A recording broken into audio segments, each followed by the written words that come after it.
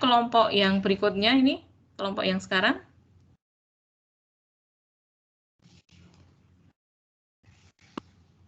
Siapa ya kelompok yang sekarang? Sudah ada yang apa? Yang hadir, yang mewakili? Oke.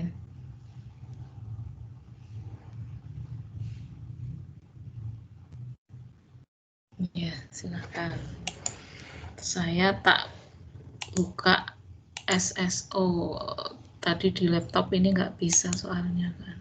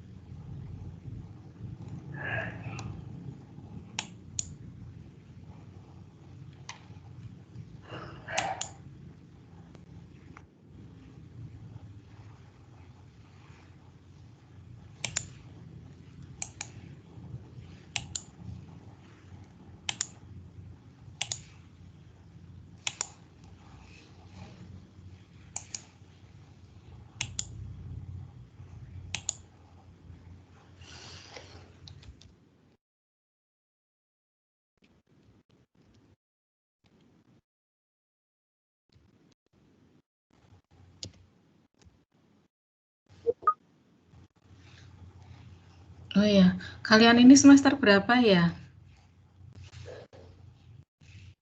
Mbak, Mas? Semester 3, Bu.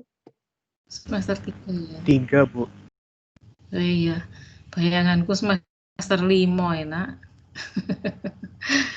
Iya, semester 3 ya. Oke. Jadi sempat kok ya kita menikmati offline, kuliah offline 1,5 semester ya? Nggak ada ya, nggak sampai 1,5. Oke, ini sudah ada 53 yang masuk. Semester 3, Bu. Iya, semester 3 ya. Bayanganku semester 5. Iya, masih semester 3, nggak apa-apa. Oh ya, ini sudah ada 53 siswa yang masuk, mahasiswa yang masuk. Jadi bisa dimulai, silahkan presentasinya. Kemudian mungkin ada beberapa yang mengalami kendala absensi ya, itu nanti bisa menuliskan saja di kolom chatnya MS Team atau nanti dikoordinir bareng sehingga bisa diabsenkan bersama-sama ya. Tapi kalau memang tidak ikut kuliah ya nggak apa-apa, nggak usah minta diabsenkan ya. Tuh ya. Kalau memang kondisinya tidak memungkinkan, kan kadang kita juga ada keperluan yang lain atau sakit dan lain sebagainya, sehingga kalau sakit itu memang mau buka atau mau mendengarkan saja kan kadang nggak nyaman. Oke, ini kelompok ini ada berapa mahasiswa yang yang presentasi ini? Ada 8 mahasiswa, Bu. Ada 8 mahasiswa. Di antaranya Salma. Iya. Iya, Bu. Oke. Oke, bisa dimulai saja. Sudah waktunya sudah lumayan berjalan. Baik, Bu. Iya. Saya mulai ya, Bu. Iya. Assalamualaikum warahmatullahi wabarakatuh. Selamat siang semuanya. Kami dari kelompok 7 akan mempresentasikan tentang Magnoliopsida, mencakup Dicotyledone, Cucurbitaceae, Apocynaceae, Myrtaceae, Rhizoporaceae, dan Asteraceae. Next. Kelompok kami terdiri dari saya sendiri, Safira Rosyada, Salma Auli, Salma Nur Hikam, Salma Nurlita Devi, Setio Abdi Muhammad, Siti Handani, Stivista Intan, dan Suci Divya Rahim. Next. Yang pertama yaitu Cucurbitaceae. Next. Cucurbitaceae termasuk ke dalam kelas Angiospermae. Famili ini terdiri dari 100 marga dengan 800 jenis yang banyak dijumpai di daerah beriklim tropis dan subtropis. Pada famili Cucurbitaceae ada sekitar 30 spesies dari 9 genera yang digunakan sebagai tanaman budidaya, termasuk labu, melon, semangka, mentimun, dan beberapa tanaman lainnya. Cucurbitaceae memiliki manfaat baik bagi kehidupan, yaitu sebagai buah-buahan, sayuran yang dapat dimakan, minyak biji, pakan ternak dan serat, nutrisi, obat, biodiesel, dan bahan makanan. Cucurbitaceae merupakan tanaman sayuran yang bersifat menjalar, dicirikan dengan batang yang panjang, mengandung air dan lunak, serta daun lebar dan menjari. Karakteristik dari famili ini yaitu batang berbentuk segi lima, tanaman menjalar atau merambat dengan sulur spiral, seluruh bagian batang sampai daun ditumbuhi bulu-bulu halus, mengandung zat kimia berupa cucurbitacin, triterpenoid, alkaloid, minyak, dan karbonat. Dan yang terakhir yaitu berkas pembuluh bikolateral. Next. Selanjutnya yaitu keanekaragaman dan manfaat famili Cucurbitaceae. Di sini kami ambil contoh genus yang sering kita jumpai di kehidupan kita sehari-hari, yaitu Momordica, Cucumis, Citrullus, dan Cucurbita. Next. Genus yang pertama yaitu Momordica. Contoh spesiesnya yaitu pare atau Momordica carantia. Ciri-cirinya yaitu tumbuh merambat membentuk sulur spiral, buah panjang dan runcing dengan permukaan bergerigi, berbau tidak enak, daun tunggal, berbulu dan berseling. Bunga tunggal, biseksual, dan berwarna kuning, dan banyak ditemui di daerah tropis khususnya daratan rendah, tanah terlantar, dan tegalan. Manfaatnya yaitu bahan pangan dan menurunkan gula darah. Next. Contoh yang kedua yaitu dari genus Citrullus, yaitu semangka dengan nama latin Citrullus selatanus. Daunnya berlekuk-lekuk di tepi. Terus bunganya sempurna, berwarna kuning, kecil, diameternya 3 cm. Semangka adalah Andromonaceae monoklim, yaitu memiliki 2 jenis bunga pada satu tumbuhan. Bunga jantan yang hanya memiliki benang sari atau stamen, dan bunga banci hemaprodit yang memiliki benang sari dan putik.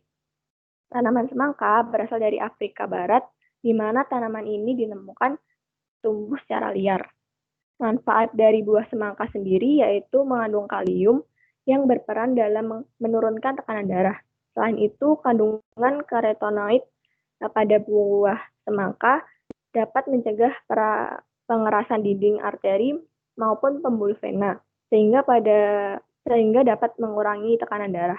Manfaat buah semangka ini dapat diperoleh jika rutin mengonsumsinya. Yang ketiga yaitu dari genus Cucumis. Contohnya yaitu ketimun dengan nama latin Cucumis sativus. Ciri-cirinya yaitu habitus berupa herba, lemah melata atau setengah merambat, batang berbulu, kasar dan basah, terus daun tunggal, berseling, dan berbentuk bulat telur lebar, termasuk tanaman semusim. Perbungaannya berumah satu, dengan tipe bunga jantan dan bunga banci. Bunga pertama yang dihasilkan biasanya pada usia 4-5 minggu adalah bunga jantan, sementara bunga-bunga selanjutnya adalah bunga banci apabila pertumbuhannya baik. Terus buah berwarna hijau, hijau pucat hingga putih. Pertumbuhan buahnya memanjang. Selanjutnya yaitu manfaat dari buah mentimun. Kandungan air yang tinggi, antioksidan, dan mineral seperti magnesium, kalium, silika yang membuat mentimun merupakan bagian penting dari perawatan kulit. Selanjutnya yaitu dari genus Cucurbita. Contohnya yaitu labu kuning dengan nama latin Cucurbita moscata. Cirinya yaitu penghasil buah konsumsi berukuran besar, buahnya berbentuk bulat pipih, lonjong atau panjang dengan banyak alur. Ukuran pertumbuhan terbilang cepat yaitu 300 hari. Tumbuhan ini berasal dari benua Amerika tetapi sekarang menyebar di banyak tempat yang memiliki iklim hangat. Manfaat dari labu kuning sendiri yaitu merupakan makanan yang kaya akan beta-karoten, vitamin A, C, dan E, mineral, dan karbohidrat. Daging buahnya juga mengandung antioksidan yang berguna untuk melindungi sel dari radikal bebas dan kanker. Makanan buah labu kuning ini juga berfungsi sebagai makanan pendamping ASI untuk balita usia 6 bulan ke atas. Next. Selanjutnya yaitu famili Apocynaceae. Famili Apocynaceae ini memiliki karakteristik yaitu habitus berupa pohon, perdu, dan semak, berbatang bulat, berkayu, bercabang, dan beruas.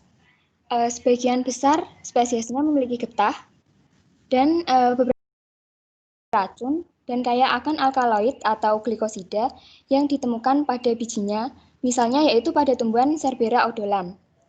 Susunan daun dari famili Apocynaceae ini yaitu berhadapan atau berkarang, bunganya berkelamin ganda atau biseksual dan bersimetri banyak, dan dapat dijumpai di daerah tropis dan subtropis. Next.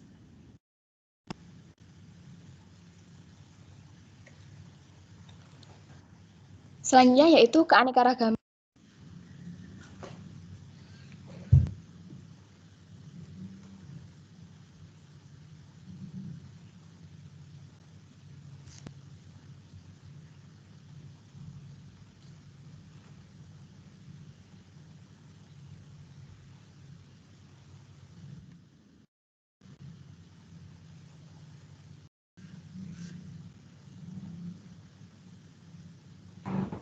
Halo? Iya, nggak apa-apa. Ya, yang pertama, keanekaragaman Apocynaceae dari kelompok kami mengambil 4 genus yaitu Catharanthus, Plumeria, Alamanda, dan Nerium.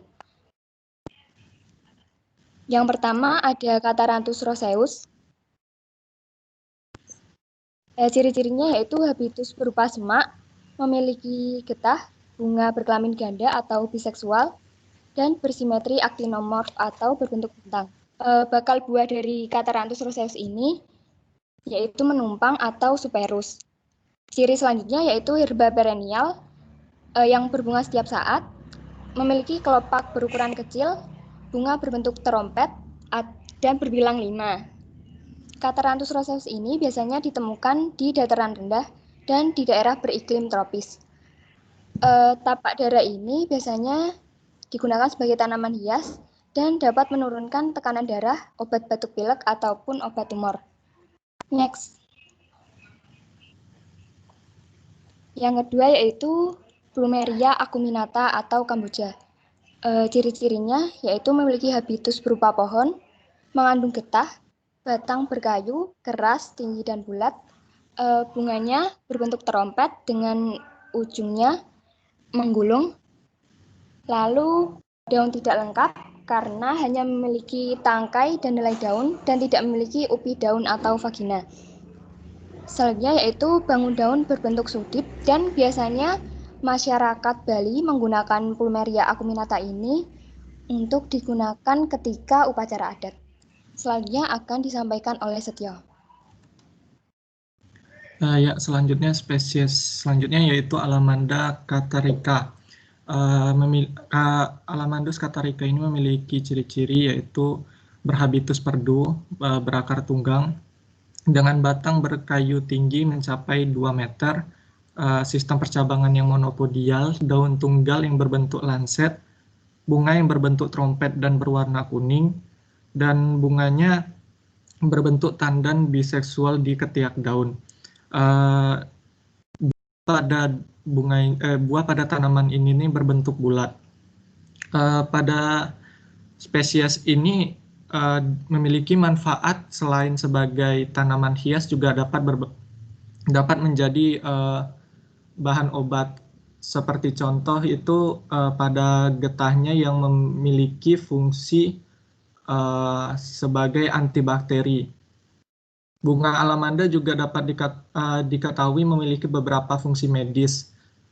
Salah satunya dapat dipakai sebagai laktasif, dan bunga ini juga dimanfaatkan sebagai obat untuk mencegah komplikasi dari malaria dan pembekakan limpa.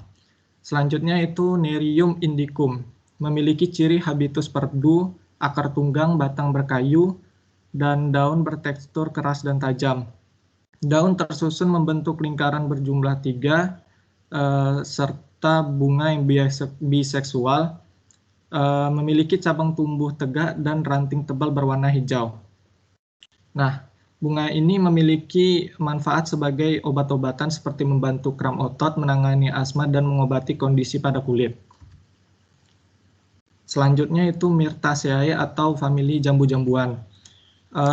Famili ini memiliki klasifikasi yaitu divisi Spermatophyta, kelas Dicotyledon, ordo Myrtales, serta famili Myrtaceae. Famili ini memiliki 2.500 spesies yang tergabung dalam 137 genus, yang genus utamanya itu antara lain Eugnia, Eucalyptus, Myrcia, Siganium, Pisidium, Melaleuca, dan Callistemon. Famili ini memiliki ciri morfologis perdu dan pohon, akar tunggang, batang berkayu, kulit batang mudah terkelupas serta bertanin, daun tunggal tidak memiliki stipula, serta letak yang berhadapan, berseling, dan tersebar. Bunga pada famili ini termasuk tunggal dalam karangan Simosa, Racemosa, biseksual, actinov, serta kelopak bunga yang berjumlah 4-5. Buah pada famili ini berbentuk baka, drupa, kapsula, dengan biji yang tanpa endosperm. Selanjutnya akan disampaikan oleh teman saya. Keanekaragaman Myrtaceae ini kita ambil beberapa spesies. Yang pertama itu ada Syzygium aquenum atau jambu air yang berciri-ciri habitas pohon atau perdu, akarnya tunggang berwarna kecoklatan, batang berkayu, keras, kuat, dan kasar. Arah tumbuh batang tegak lurus atau erectus. Daun tunggal dan berhadapan. Pertulangan daun menyirip, daunnya itu tidak lengkap, jadi hanya terdiri dari tangkai daun dan helai daun. Permukaan daunnya gundul. Bunganya terletak di ketiak daun, biseksual, berwarna putih kekuningan, dan aktinomorf. Buahnya itu daging berwarna putih, setelah dewasa banyak mengandung air. Terus beraromatik juga, lalu bagian dalamnya seperti spons. Biji berbentuk ginjal putih kecoklatan.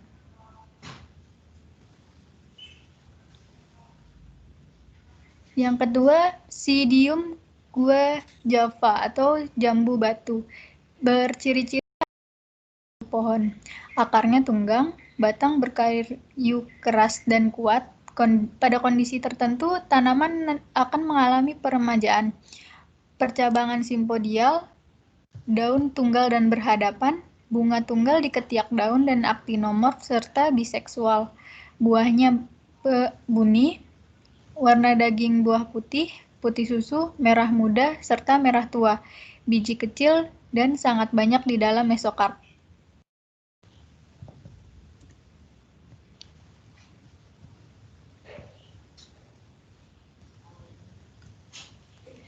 Yang ketiga, Melaleuca caju putih atau kayu putih. Berciri-ciri habitus pohon, akar tunggang, arah tumbuhnya tegak lurus, percabangan simpodial, susunan daun berseling, berbentuk lancet dan berbulu. Bunga majemuk bulir di ketiak daun, buah berbentuk bulat berwarna coklat muda hingga coklat tua. Yang keempat, Syzygium malacensis.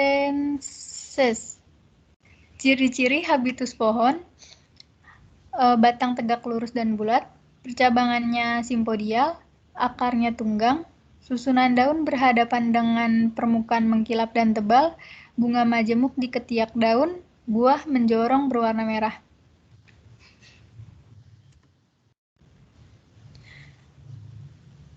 Myrtaceae itu manfaatnya secara keseluruhan yaitu berperan penting bagi kehidupan hutan pantai. Akarnya itu bisa untuk mencegah erosi pantai dan menyerap logam berat dalam skala yang besar.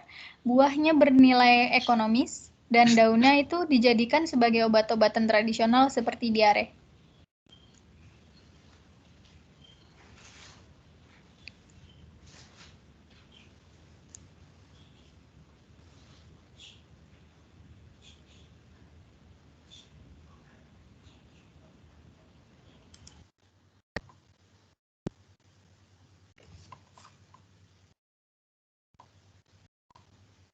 Baik, saya lanjutkan.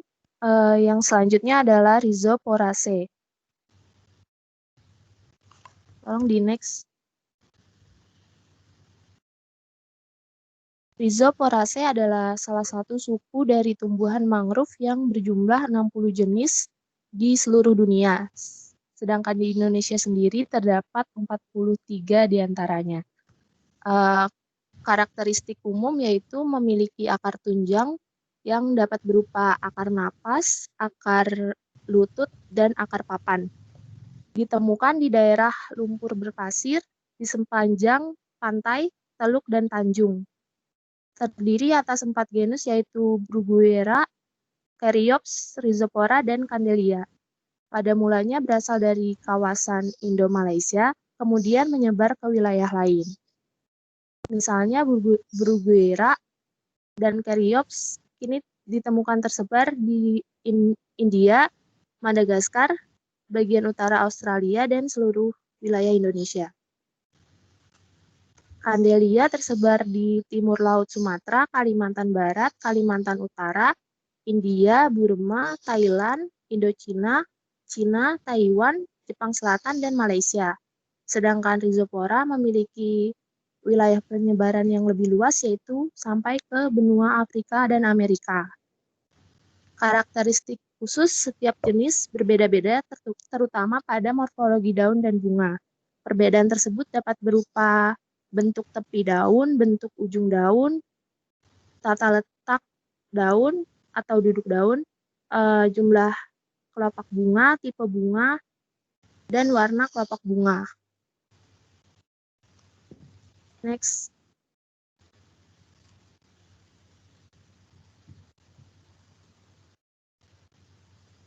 Bruguiera silinthia adalah salah satu jenis dari genus Bruguiera. Memiliki ciri yaitu habitus berupa pohon, akar lutut melebar di bagian pangkal, di bagian pangkal batang berwarna coklat tua, percabangannya monopodial, daunnya berbentuk elips, bunganya mengelompok 2-3 kelompok bunga, buahnya berbentuk tabung melingkar berwarna coklat.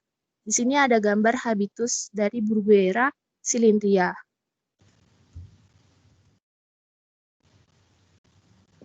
Yang kedua adalah Caryopsis tagal.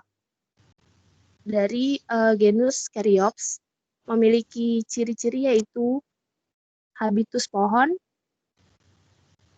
akar papan dan lutut, serta akar napas. Dan tumbuhan ini bergantung pada akar napas untuk memperoleh pasokan oksigen yang cukup. Pertumbuhannya lambat, daunnya berbentuk oval, berwarna hijau mengkilap, dan letaknya saling berlawanan. Bunga mengelompok di ujung tandan, buah berbentuk silinder berwarna hijau dan hijau kecoklatan. Di sini ada gambar buahnya dan yang kecil itu ada gambar habitusnya.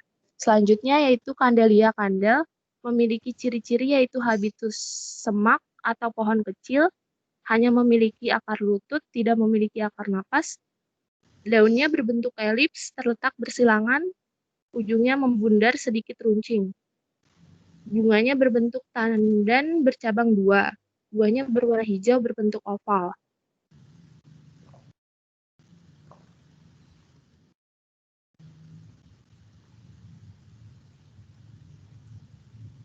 Selanjutnya,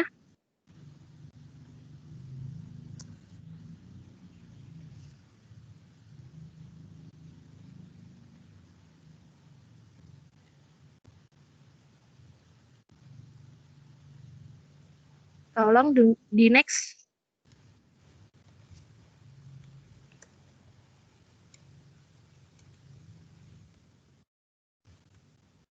Ya, dan yang terakhir Rhizopora apiculata. Memiliki ciri-ciri yaitu berhabitus pohon, batang kayu silindris dan berwarna abu-abu kecoklatan. Daunnya berbentuk lonjong dan ujungnya runcing berduri. Permukaan daunnya mengkilap. Di sini ada gambarnya, gambar daun dari Rhizopora apiculata. Bunganya terletak di ketiak daun, buahnya berbentuk seperti jambu air tetapi berwarna coklat.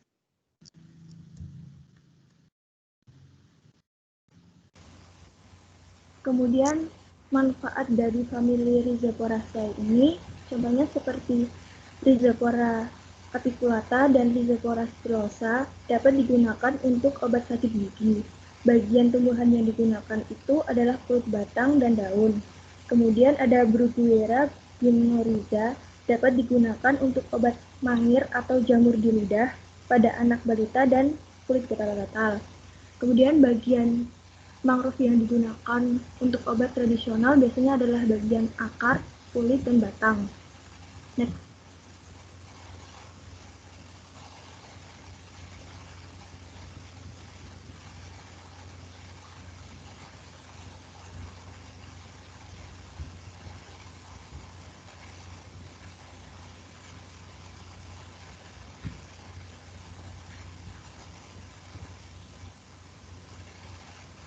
Next.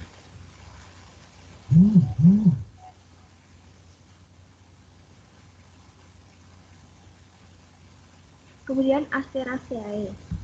Famili Asteraceae merupakan anggota famili terbesar kedua dalam sistem kingdom Plantae.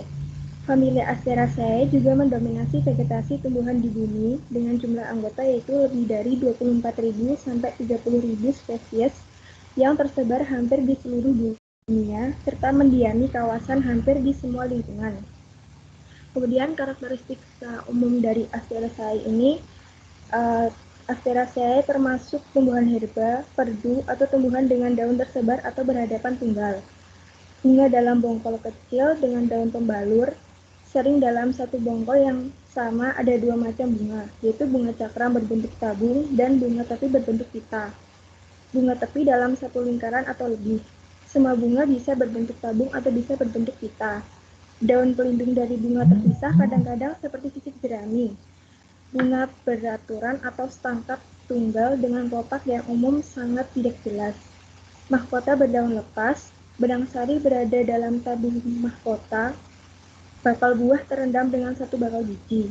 Tangga petik 1, sebagian besar dengan 2 kepala petik. Buah keras berbiji 1, biji umumnya tumbuh bersatu dengan kulit buah.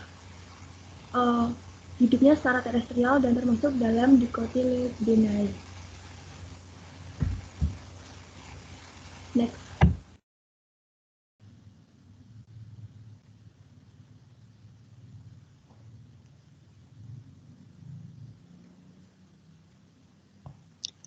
Contoh dari spesies famili Asteraceae yaitu Arcilea santolina. Arcilea santolina ini memiliki nama lokal yaitu daun seribu. Tumbuhan ini termasuk tumbuhan semak, bentuk batang masif, bulat, berbukut, dan hijau. Bentuk daun majemuk, mirip ganda, duduk memeluk batang. Ujung bulat atau tumpul, pangkal menyempit, panjang 30–35 cm, lebar 1–5 cm, berwarna hijau. Bentuk bunga majemuk di ujung batang, bentuk kerucut, putik menjulang keluar, mahkota 5, putih, bergerigi tumpul, bentuk tabung 3–10, berwarna putih. Bentuk buah kecil, lonjong, berwarna coklat. Bentuk biji bulat, pipih, dan berwarna hitam. Tipe akar yaitu tipe tunggang berwarna coklat muda.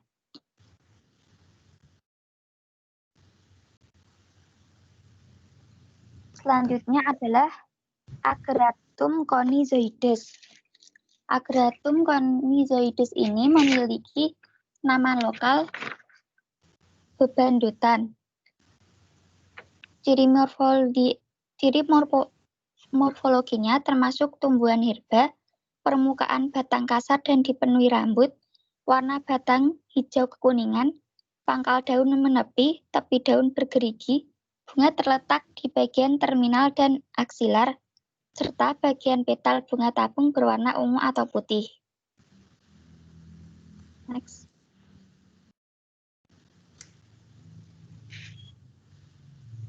Selanjutnya yaitu Cosmos caudatus. Cosmos caudatus ini memiliki nama lokal yaitu daun kenikir.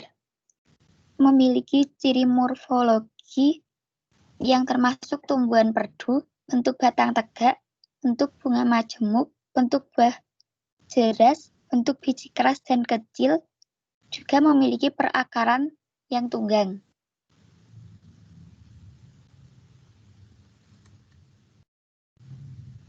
Next.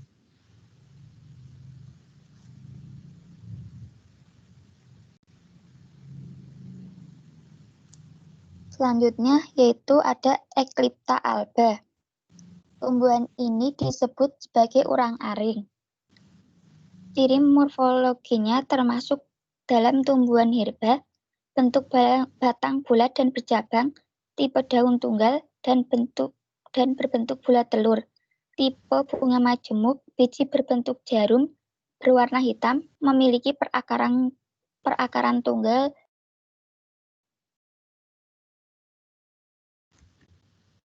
Next. Nah, semua spesies yang saya sebutkan tadi berguna di bidang pengobatan. Spesifiknya adalah Arcilea santolina memiliki manfaat sebagai obat sakit perut. Daun Ageratum conizoides berkhasiat sebagai obat luka karena pada daunnya mengandung alkohol. Daun Cosmos caudatus berkhasiat sebagai penambah nafsu makan, dan daun Eclipta alba bermanfaat untuk penyubur rambut karena pada daunnya mengandung alkaloid, saponin, flavonoid, dan tanin.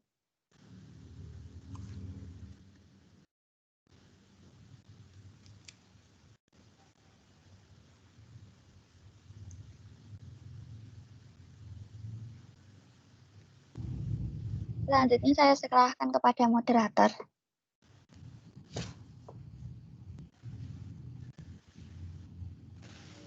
Baik, apakah ada yang ingin ditanyakan dari presentasi yang sudah kami paparkan?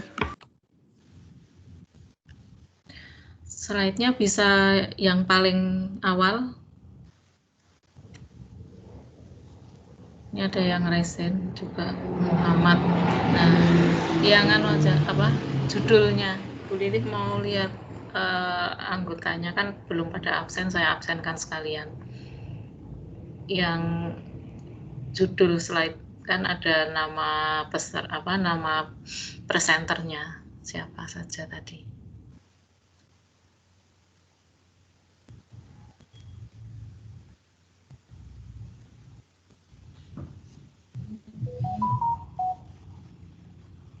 Nah, terus itu ada yang mau tanya, silahkan.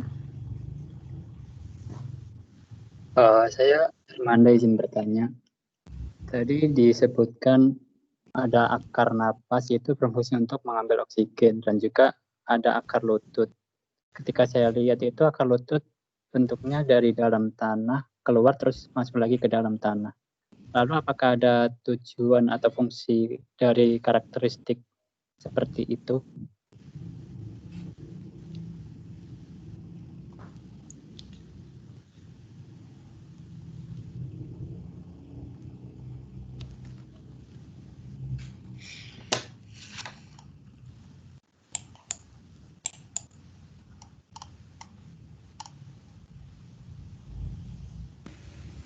Baik, terima kasih Firmanda.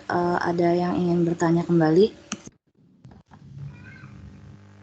Saya Ahmad Andika Ramadan izin bertanya. Kan pada slide pare dan semangka tadi kan dijelaskan manfaatnya itu dapat menurunkan tekanan darah. Bisa dijelaskan atau sebutkan zat yang mampu menurunkan tekanan darah itu apa saja ya? Dan apakah apa saja pemanfaatan dari zat cucurbitasin yang dihasilkan oleh cucurbitase? Terima kasih.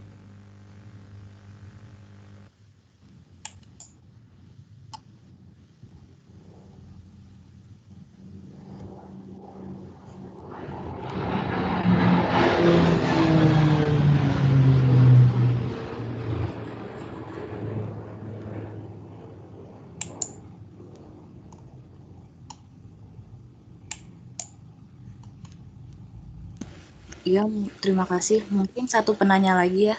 Ada yang ingin bertanya kembali?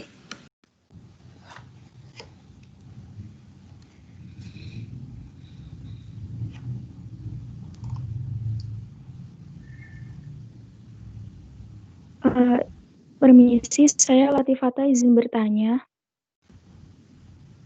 Iya, silakan. Tadi dijelaskan di kelompok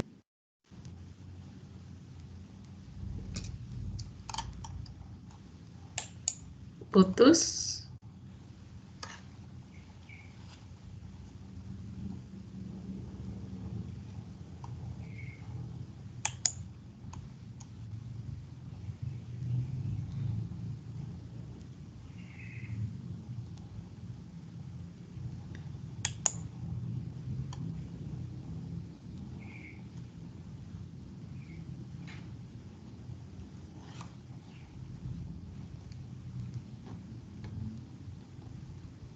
Halo, terputus ya? mohon maaf Bu, tadi ada yang mengeluarkan sepertinya. Saya izin mengulang pertanyaan saya kembali. Tadi dijelaskan bahwa di kelompok Apocynaceae secara umum itu tumbuhannya mempunyai getah yang beracun.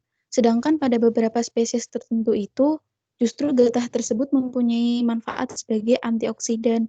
Mungkin bisa dijelaskan senyawa yang bermanfaat itu apa dan senyawa yang beracun dari getah itu apa. Terima kasih.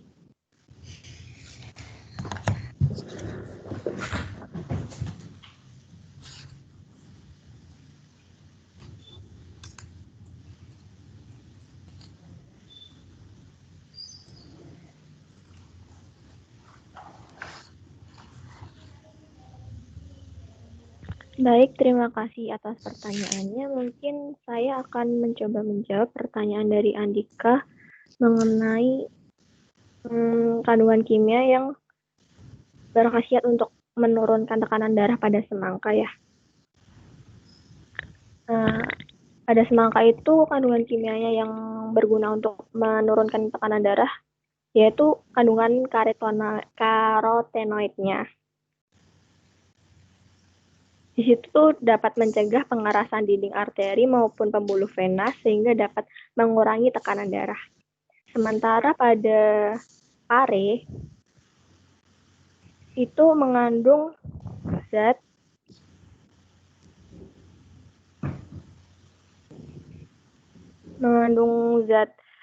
albuminoid, karbohidrat, dan zat warna.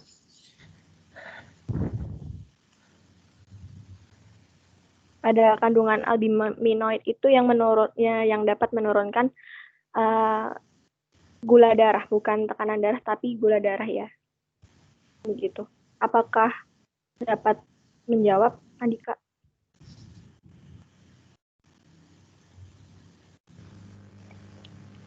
Oh iya, terima kasih. Untuk yang kukurbitasin itu manfaatnya apa ya? Kukurbitase secara umum atau genus tersendiri? Zat yang cucurbitasin yang dijelaskan di awal. Izin menjelaskan ya, kukurbitasin itu misal dalam timun itu diketahui mampu membantu mengatur pelepasan insulin dan metabolisme glikogen hati, yaitu hormon utama dalam pemrosesan gula darah, seperti itu.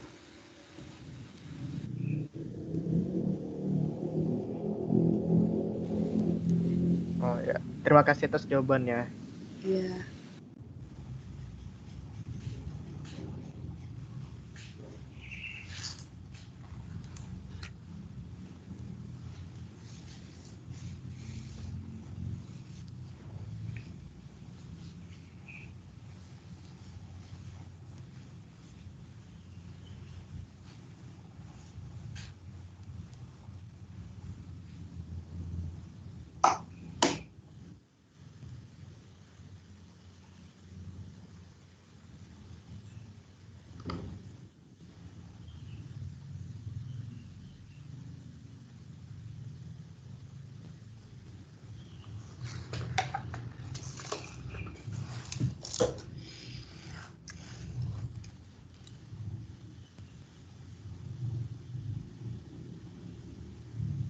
Masih apa tadi yang belum dijawab?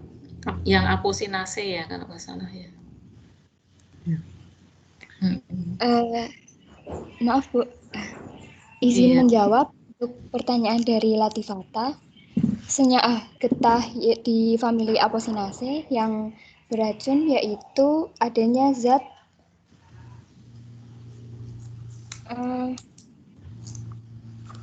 yang ditemukan pada Cerbera odolam, yaitu terdapat di bijinya yang dapat menyebabkan gangguan jantung yang berujung pada kematian. Zat ini dinamakan dengan berberin dan glikosida yang mempengaruhi cara kerja detak jantung sehingga kinerja jantung jadi kacau. Untuk senyawa yang untuk getah dari spesies famili Apocynaceae yang bermanfaat mungkin dapat ditambahkan oleh teman-teman yang lain.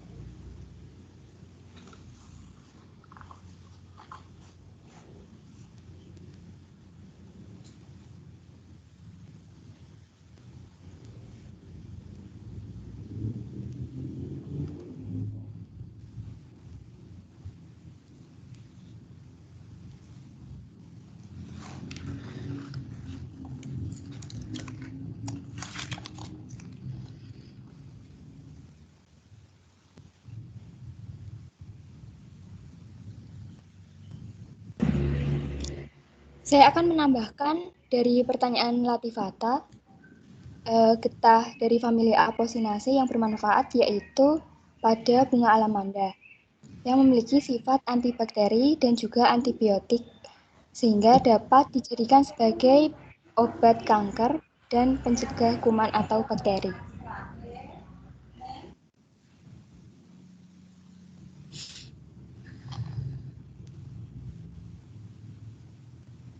Bagaimana Latifata, atau apa sudah terjawab pertanyaannya?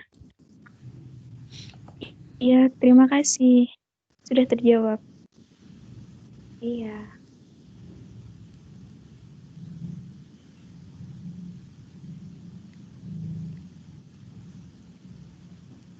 Masih ada yang mau bertanya? Karena materinya sudah sangat lengkap juga, jadi Bu Lilih itu nanti tinggal sedikit aja materinya nemplek-nempleki. Jadi silahkan dieksplor dari kelompok 7 ini, silahkan.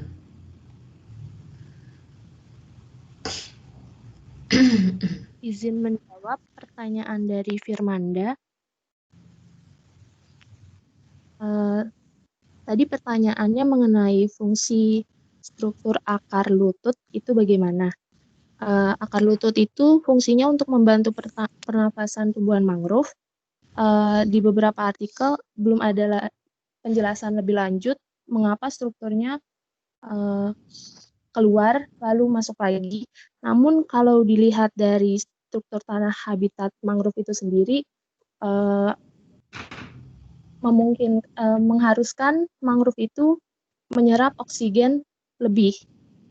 Jadi bagian yang keluar dari tanah itu yang membantu penyerapan oksigen. Terima kasih. Bagaimana Firmanda? Iya, Livia, terima kasih jawabannya. Sama-sama.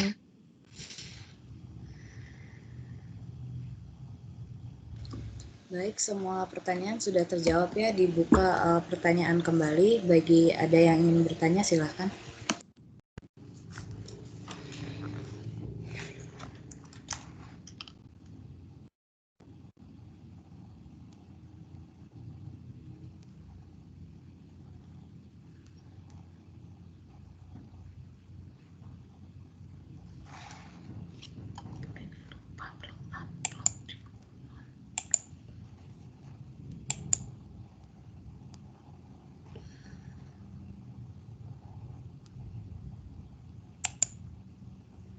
Sambil menunggu kalau ada yang masih bertanya, ada beberapa mahasiswa yang belum bisa absensi daripada nanti menghubungi akademik. Ini ada Aziza Rateh, datang nggak? Kita mungkin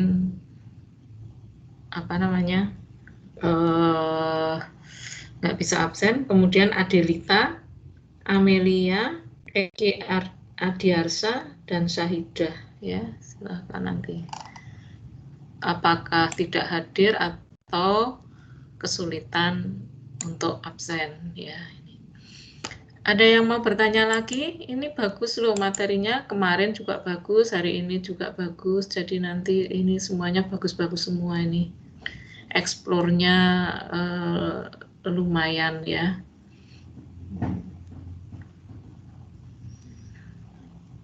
Silahkan, masih ada?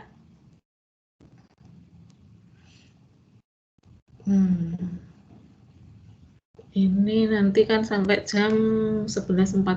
Kalau tidak ada, mari kita beri aplaus untuk teman-teman kita yang sudah presentasi. Terima kasih atas presentasinya hari ini. Sudah lengkap, jadi Bu Lilih nanti paling hanya nambahi sedikit. Seperti biasanya, nanti silahkan di-share ke teman-teman yang lain sehingga bisa dijadikan bahan untuk dipelajari bersama. Oke, terima kasih untuk kelompok 7. Mohon maaf bisa di share-nya bisa diturunkan. Nah, ya, terima kasih. Oke. Hari ini tadi kita sudah mendengarkan presentasi dari teman-teman kita kelompok 7 mengenai apa namanya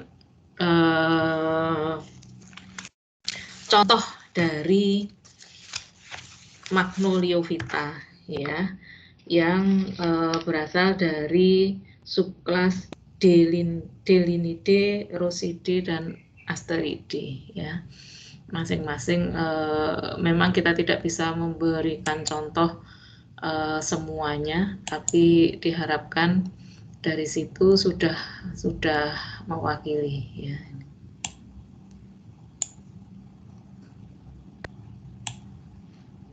Ada yang mau bertanya sebelum dilanjutkan? Jadi memang ini 1, 2, 3, 4, 5 family ini memang mempunyai banyak manfaat yang tinggi baik secara ekologis maupun secara ekonomis, dan semuanya sudah kita kenal ya. Ini anggota-anggotanya itu kita sudah mengenalnya semua karena ada di sekitar kita ya. Bahkan tidak keluar rumah pun kecuali yang mangrove ini ya, yang mangrove ini memang harus keluar karena tidak lazim ditanam di sekitar rumah. Akan tetapi kalau yang ini keanekaragaman dari keempat family tadi kita sangat familiar ya, anggota-anggotanya, dan mereka sangat beraneka ragam ya. Ini memang sangat familiar, dan karena memang potensi ekonominya sangat tinggi ya. Bu, maaf.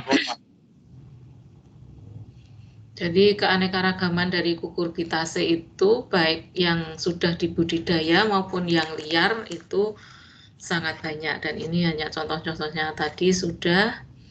Kemudian dari Cucurbitaceae tadi yang belum tereksplor. Jadi memang Cucurbitaceae itu mempunyai keanekaragaman genetik yang tinggi ya. Jadi memang mempunyai keanekaragaman genetik yang tinggi yang terekspresikan pada fenotipnya ya, baik itu dari karakter vegetatif maupun karakter reproduktif ya, baik dari habitusnya, kemudian karakter buah. Nah, karakter buah ini Cucurbitaceae itu sangat beraneka ragam ya, baik dari ukuran, bentuk, tekstur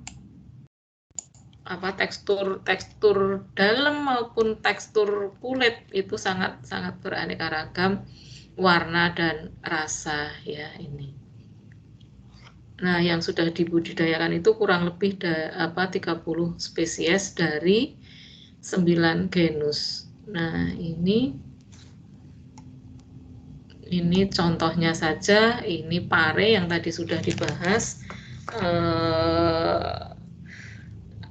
Buahnya pahit tapi dampaknya sangat manis ya ini, terutama yang kita sering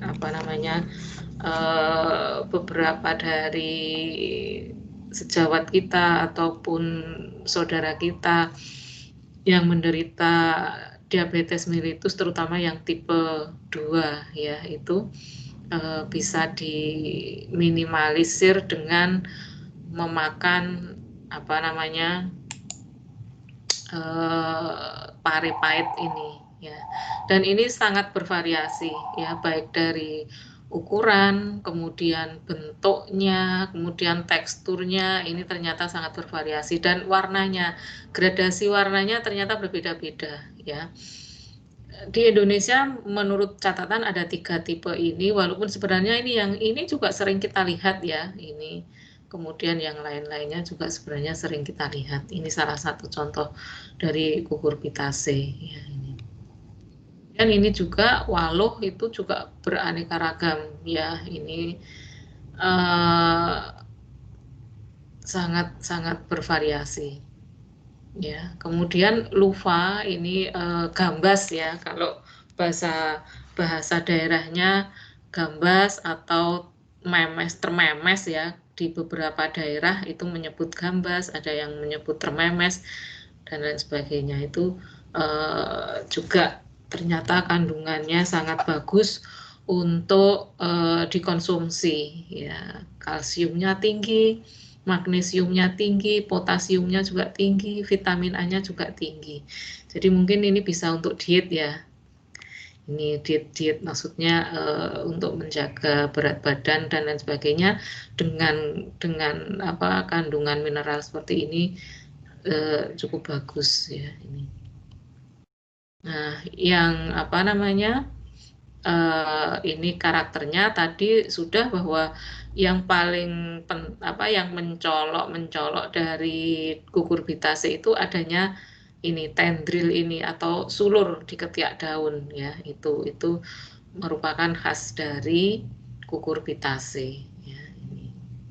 Ini sudah, kemudian ini sebagian besar habitusnya merambat atau memanjat. Nah, bakal buahnya itu inferior ya, hampir semua bakal buah dari kukurbitase itu inferior. Manfaatnya banyak sekali, itu contohnya tadi sudah diungkapkan, dan banyak alkaloid ataupun metabolit sekunder yang terdapat pada kukurbitase itu dan sangat bermanfaat, baik itu sebagai tanaman obat, biopestisida, sayur dan lain sebagainya ya. Contohnya sudah tadi, bisa digabung dengan temannya, dengan tadi materi yang disampaikan kelompok 7 tadi.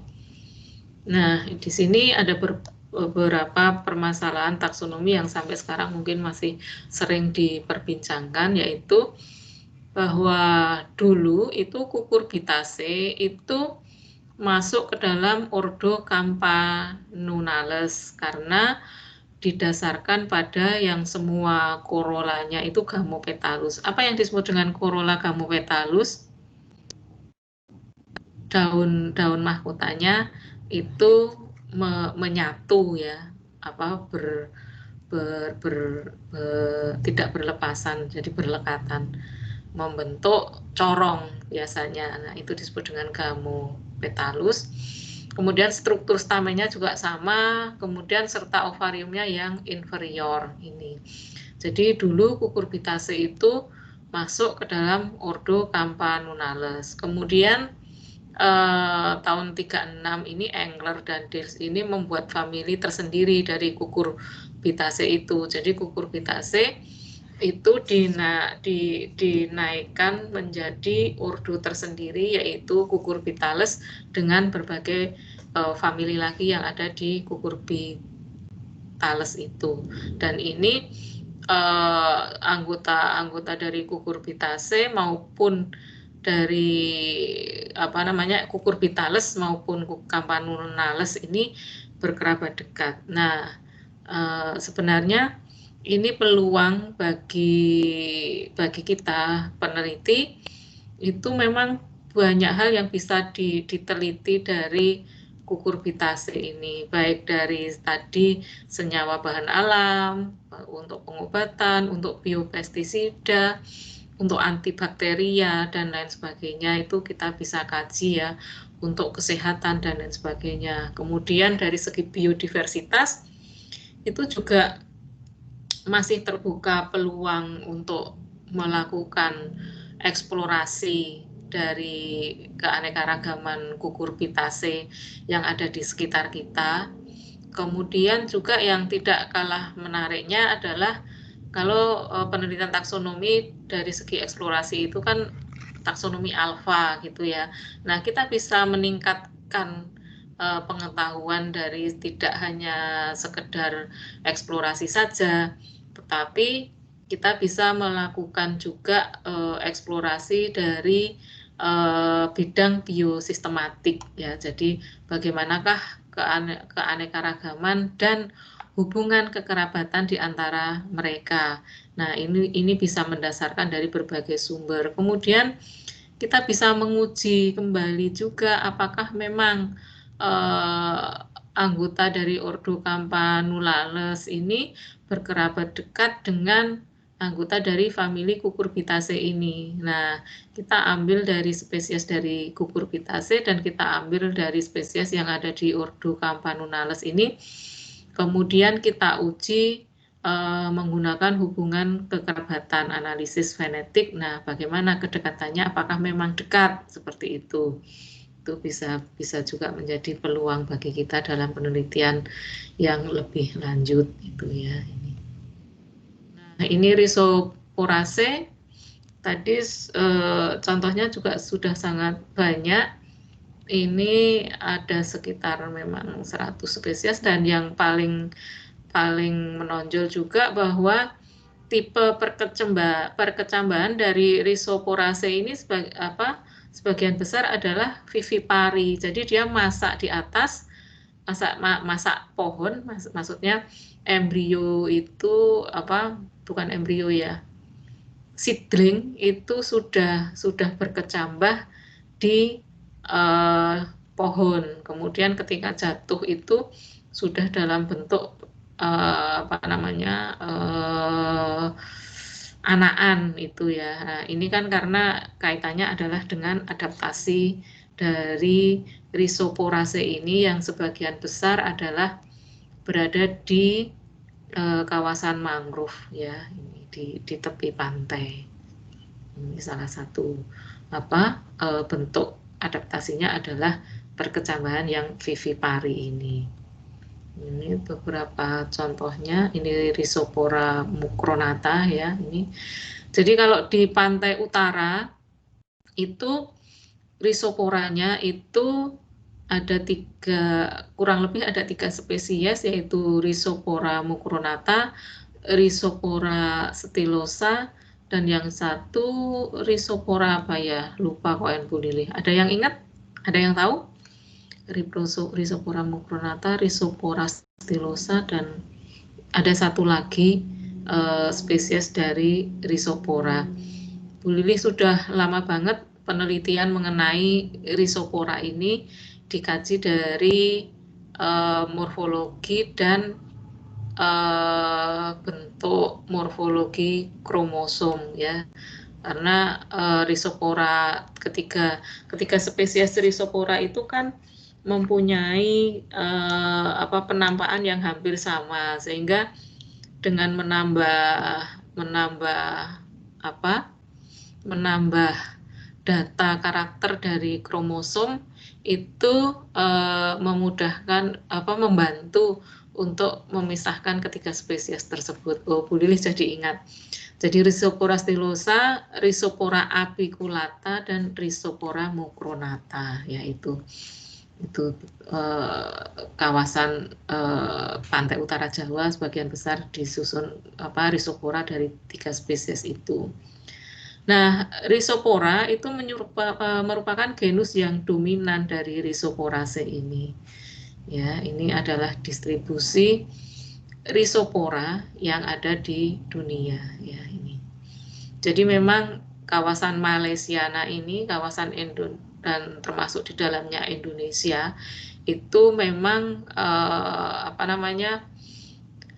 merupakan salah satu center of diversity dari Rhizopora. Di sini ada Rhizopora mucronata, apiculata, stylosa, dan samurensis. Jadi ini hanya ada di wilayah ini. Nah, kemudian status konservasinya itu Bu Lilih coba mencari itu terutama yang ini statusnya kritis ini ya. Kritis ini ada 6 spesies. Nah, salah satunya adalah Bruguiera hainensis, itu yang ada di Indonesia. Jadi itu statusnya sudah CR mulai dari tahun 2010. Dan sekarang sampai beberapa tahun yang lalu di beberapa pustaka belum diupdate, masih statusnya CR ya, belum pulih ke yang lebih rendah statusnya. Bunganya bagus ya. Ini contoh spesiesnya tadi sudah. Kemudian manfaatnya banyak sekali juga ya, ini sebagai pewarna alami dan lain sebagainya. Nah, sekarang ini juga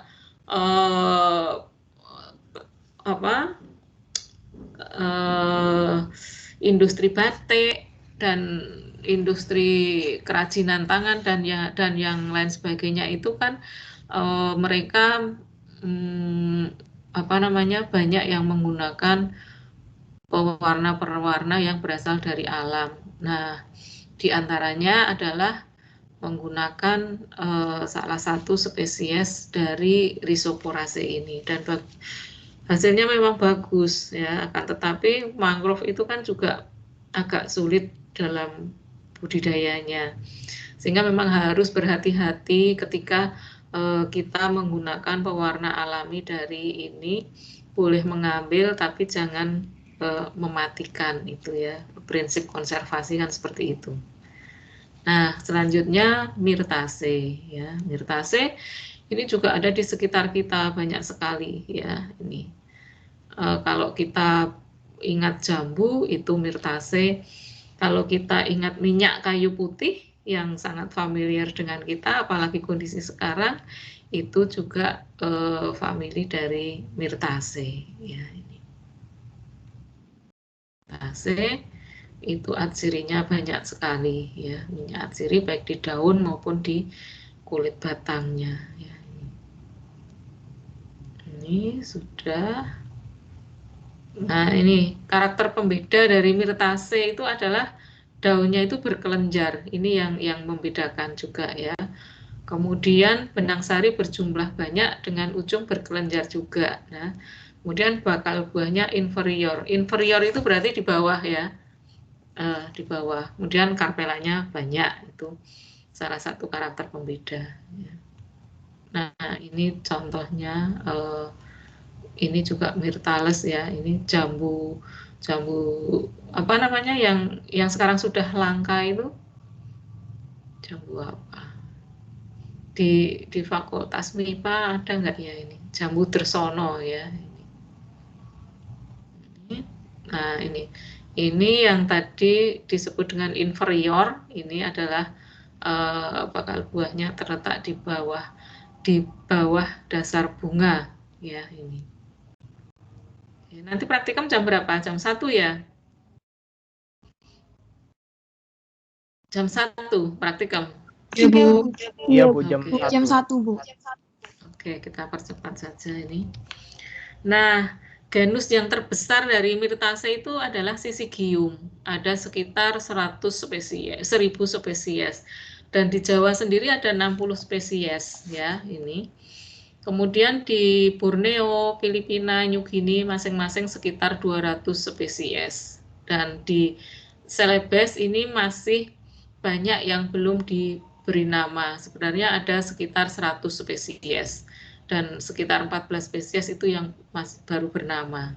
Nah, ini beberapa waktu yang lalu di tahun 2017 itu ditemukan 15 spesies baru dari Syzygium ini. Kemudian yang tidak kalah banyaknya juga di beberapa taman nasional, antara lain di Taman Nasional Meru Betiri, ini baru di satu resort, yaitu Resort Andang Rejo, itu saja ada sekitar 10 spesies Myrtaceae. Dan memang 9 spesies itu Syzygium. Jadi memang seperti di tempat yang lain, Syzygium merupakan genus yang terbesar dari famili Myrtaceae. Nah, bagaimana di Sumatera, bagaimana di pulau lainnya, itu masih sangat memerlukan data. Itu baru data eksplorasi yang belum tereksplor ya. Belum lagi penelitian-penelitian yang lainnya ya. Jadi masih banyak kemungkinan terbuka lebar ketika kita akan meneliti Myrtaceae ya, ini seperti tumbuhan yang lain. Nah, kemudian ada Myrtaceae yang endemik, itu di Jawa ada 9 spesies. Nanti bisa dibaca sendiri, ini saya sertakan linknya, nanti bisa dibaca 9 spesies Myrtaceae endemik itu apa saja sih, itu kalian bisa baca, kemudian bisa baca deskripsinya. Nah, ini contohnya tadi sudah cengkeh sempat menjadi primadona rempah ya, ini Syzygium aromaticum ya. Kegunaan banyak sekali, kalian bisa nanti memberi kasih contoh apa saja yang bisa digunakan untuk tanaman obat, biopestisida, pewarna alami ya ini. Kemudian ada yang memang sebagian besar untuk buah, bumbu, minyak kayu dan tanaman hias ya ini. Dan yang famili berikutnya adalah Apocynaceae.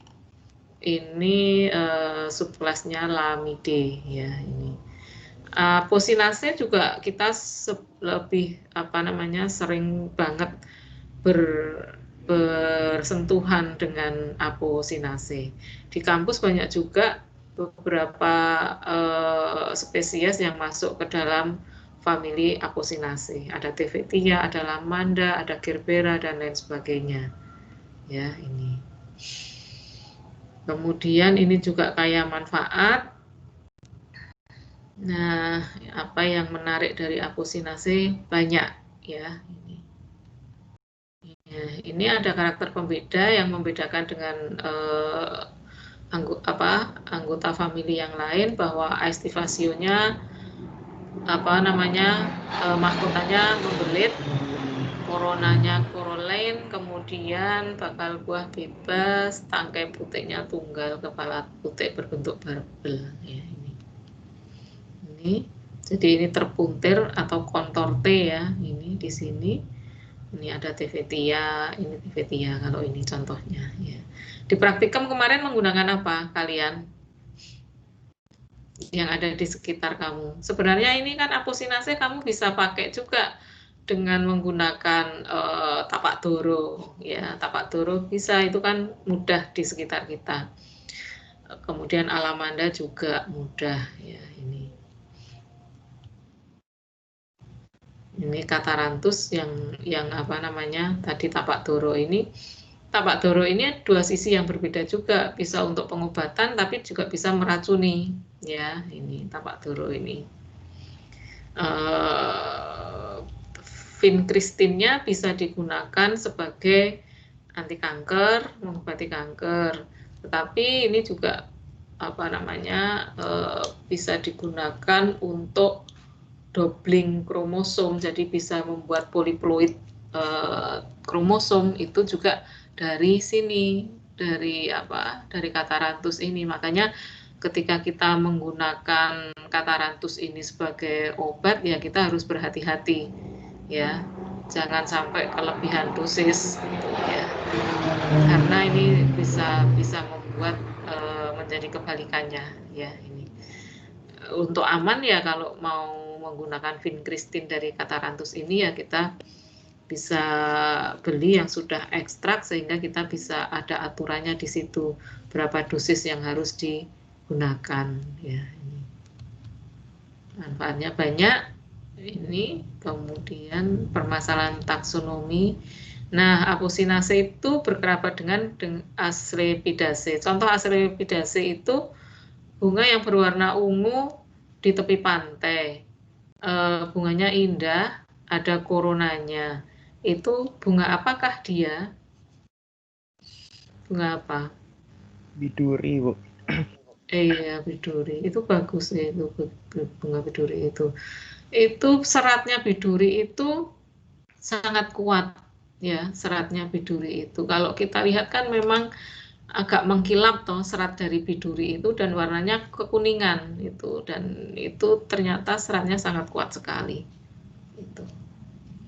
Dan sekarang belum dimanfaatkan untuk pemintalan serat dari biduri itu, padahal mungkin ada dulu yang pernah meneliti itu bisa sangat kuat gitu loh serat dari biduri itu, dan masih terbuka lebar untuk diteliti dan mungkin dibuat industri dari situ, karena di Indonesia melimpah biduri itu dan mudah sekali tumbuh. Bahkan di yang tidak di dekat pantai, di tempat kita sekitar Tembalang itu banyak sekali ya.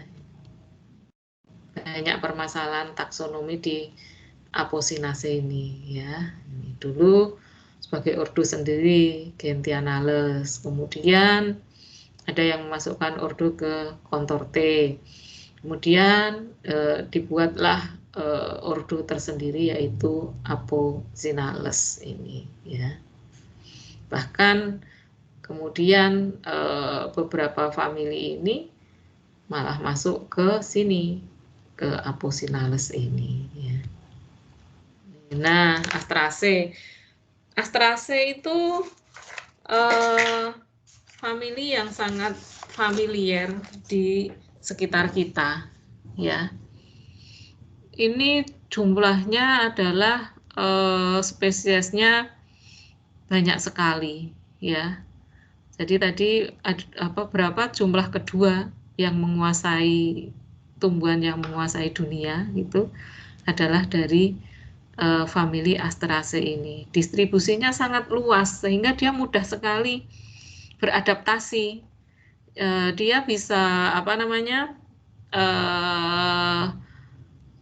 dapat tumbuh di semua habitat kecuali di kutub utara yang tidak ditemukan. Dan pusat keanekaragamannya itu memang di Amerika tropis dan Afrika.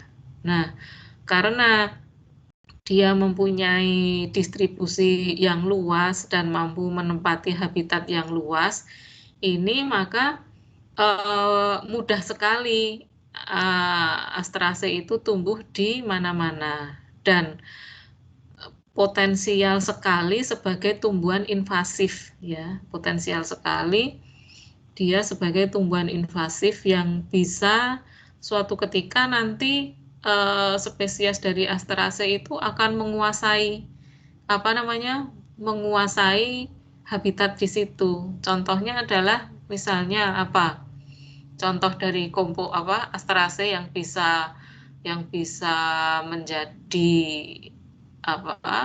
dia menjadi penguasa di wilayah itu banyak ya, seperti Epatorium itu juga di hutan itu kadang ada satu area itu hanya Epatorium saja sehingga rumput otomatis kan tidak bisa tumbuh di situ. Dan itu merupakan salah satu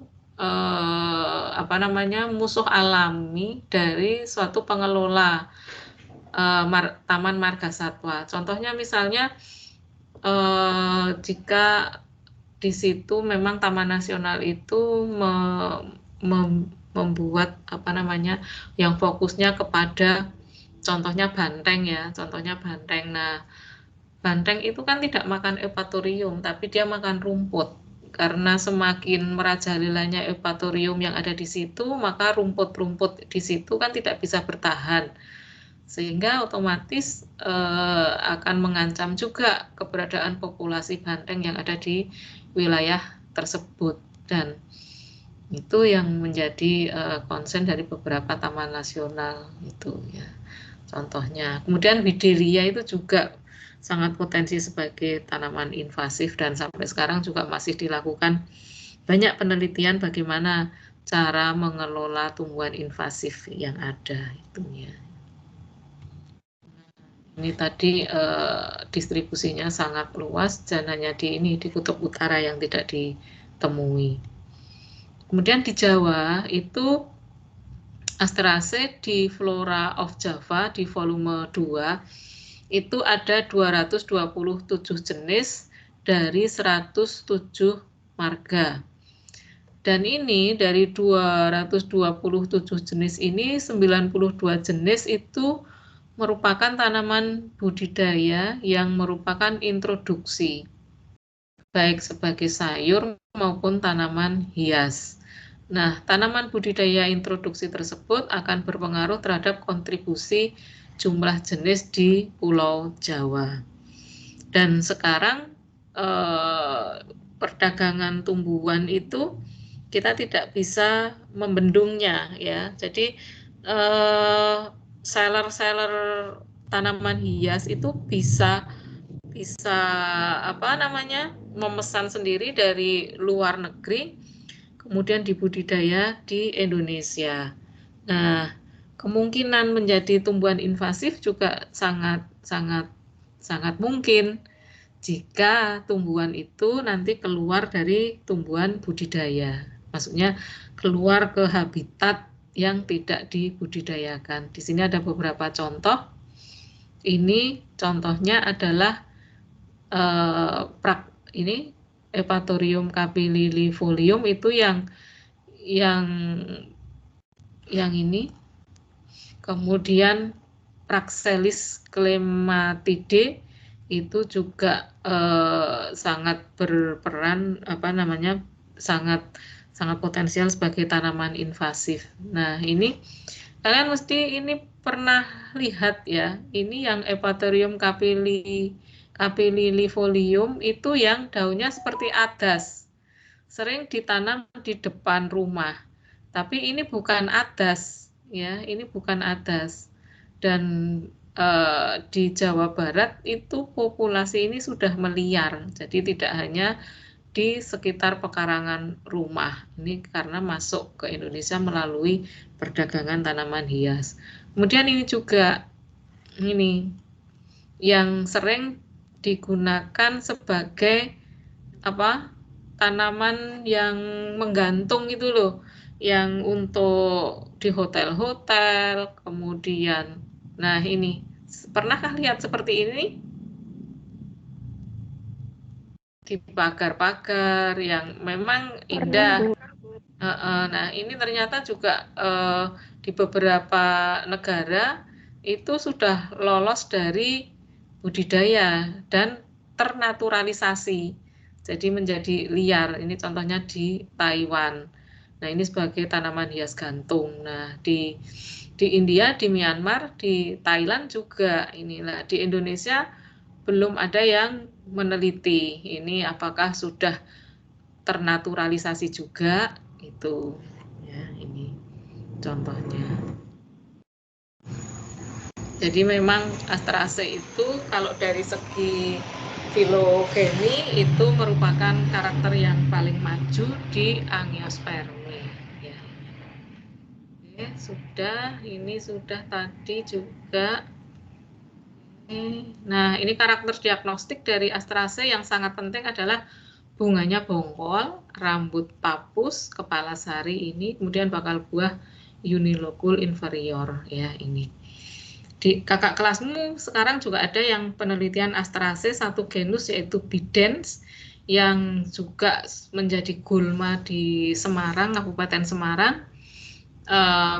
Tapi sudah juga digunakan sebagai makanan di Kota Semarang untuk gudangan, pecel, dan lain sebagainya. Nah, dia mengamati dari biosistematiknya. Ini sudah mau ujian ini dalam waktu dekat.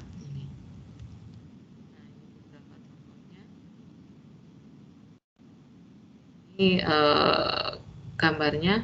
Waktunya sudah habis ya. Mungkin nanti kalau mengenai penelitian apa yang bisa dari biodiversitas, mungkin nanti bisa kita bahas di pertemuan yang terakhir. Nah, minggu depan itu kan kita minggu depan itu Liliopsida ya. Liliopsida, bener ya? Halo? Iya, Bu. Mungkin itu urutannya kan kemarin tidak terstruktur ya. Jadi ada yang ini contohnya. Kalau ini sudah Lilides sudah jadi satu, Areside ini. Nah, kalau urutannya itu kita sesuaikan dengan ini yang di bawah ini bagaimana? Jadi untuk yang minggu depan itu kita bahas Alismataceae, Araceae, Singibraceae, dan Canaceae. Sudah dibentuk ya kelompoknya ya, tapi misalnya dirubah apakah masih mungkin? Sudah bikin belum PPT-nya? Kan masih 2 kelompok lagi. Jadi minggu depan itu Alismataceae, Araceae, Cingibraceae, dan Canaceae. Kemudian minggu depannya lagi adalah Gramineae, Liliaceae, Iridaceae, dan Orchidaceae. Karena Orchidaceae ini, Lilidae ini kan yang paling maju, subkelas paling maju di Liliopsida. Jadi urutannya seperti ini kita belajarnya. Cuma ini memang nggak bisa ini, jadi ini ke sini dulu. Ya, tapi kan pertamanya adalah Alismataceae. Ya. Ya Allah, Bu Lilih lupa ya, belum upload materi. Segera nanti saya upload ya. Oke. Nanti hari ini kan sampai jam berapa? 11.50 ya. Jadi masih ada sekitar 7 menit. Kalau ada yang mau bertanya, silahkan. Kemudian ini yang tidak bisa absensi siapa? Waktunya masih. Oh ya, siapa? Eki Adiansa. Eki Adiansa. Erik?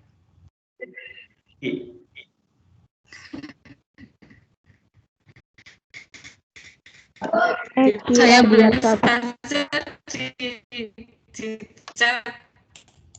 di chat. Di sini namanya. Ini belum di sini namanya. Silakan sini.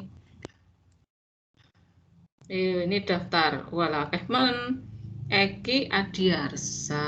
Oh, Eki Adiarsa. Ya.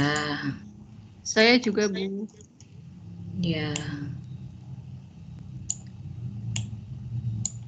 Eki Ardias. Oh, ini Eki. Terus siapa yang tadi? Saya, Bu.